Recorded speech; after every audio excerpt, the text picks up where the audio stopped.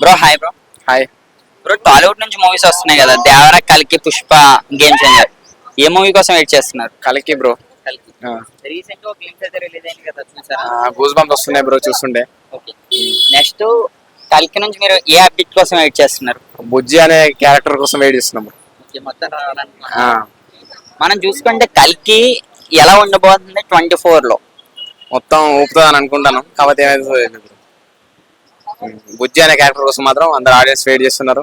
ప్రభాస్ మాత్రం వేరే లెవెల్ ఉన్నాడు. ప్రభాస్ గారు నెక్స్ట్ జానర్ లో ఏ జానర్స్ లో మూవీస్ తీస్తే బాగుంటది? క్లాసా మాసా? మాసంలో బాగుంటుంది బ్రో. క్లాస్ లవ్ అంతే. లవ్ లో బాగుంటుంది బ్రో. డార్లింగ్ డార్లింగ్ మూవీలో అలా ప్లాన్ చేస్తే బాగుంటుంది. ఆయన రేంజ్ ఎలా ఉంటది కల్కి తర్వాత? ఏంటి బ్రో? కల్కి తర్వాత ప్రభాస్ గారి రేంజ్ ఎలా మారిపోతుంది? రేంజ్ ఒక టాలీవుడ్ బాలీవుడ్ లాగా మారుతాను అనుకుంటున్నాం. ప్రభాస్ గారిలో మీ ఫేవరెట్ మూవీ ఏంటి? డార్లింగ్. నెక్స్ట్ ప్రభాస్ గారు కల్కిలో చూసుకుంటే అమితాబ్ బచ్చన్ గారితో యాక్ట్ చేస్తున్నారు కదా, అలాగే కమల్ హాసన్ గారితో కూడా. వీళ్ళ ముగ్గురు కాంబినేషన్ ఇండియన్ షేక్ చేసే అవకాశం ఉందా? ఉంది బ్రో.